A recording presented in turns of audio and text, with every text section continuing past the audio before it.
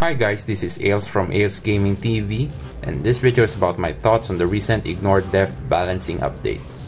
This update was already implemented a few days ago and many players have different reactions to it. But the question is, how does this affect Stalkers? Many Stalkers have extremely low damage due to not having sufficient ignore def stats. And also, F2P players are forced to switch back to their previous jobs because they're having a hard time killing just a simple mob. However, everything has changed since the update. Right now, it's much easier to grind since our base ignore def stats were doubled. We were also able to deal much better damage in Juperos and Temple of Night. But is this really the long-awaited time for the Stalkers? Is this update making them OP? Well, I hate to spoil you, but the answer is no. The update didn't make us OP. It's just that, with the help of the balancing update, Stalkers became a much more formidable DPS than the pre-update version. And the main reason is that we actually receive a double amount of ignore def compared to other jobs. Most of the jobs receive an additional 20% ignore defense to their passive or active buff skills. However, Stalkers receive an additional 20% ignore defense buff for their passive skills Linus. At the same time, we can also copy some buffs from the other classes that receive the same additional 20% ignore defense stats, such as True Sight, Concentration, or Card Boost. And that make us receive 40% ignore defense on top of the double base ignore defense stats.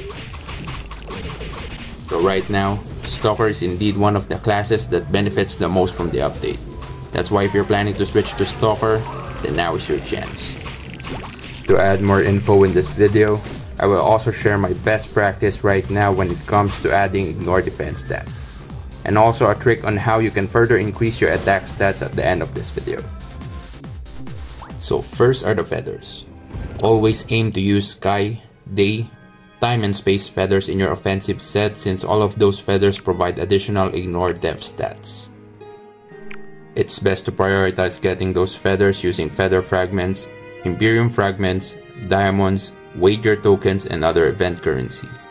Also, you need to always keep an eye on the mysterious shop if feather option chest 3 is available, since it contains time and space feathers. Another good source of ignore defense is statues. You can get a good amount of ignore defense stats by fully upgrading the third part of the duel, wisdom, rune, and weapon statues. You can also get some by tearing up all of the statues.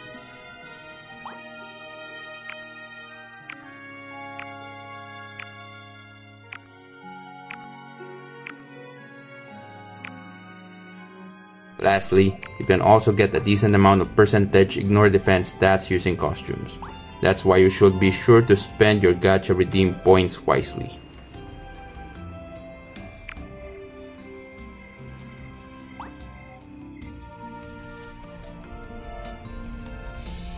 Alright, so before we end this video, I just want to share a simple trick for you to get an additional attack increase. But if you already know this one, then just give me a chance to share it with others. In your sigil collection, get the aura enchantment sigil using the optional box, and you'll be able to receive a 1.5 physical attack increase just by collecting it. So that's it.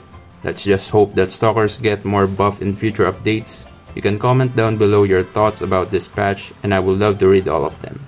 Don't forget to click like and subscribe for more Ragnarok Origin content. Thanks for watching. See you on the next video. Peace!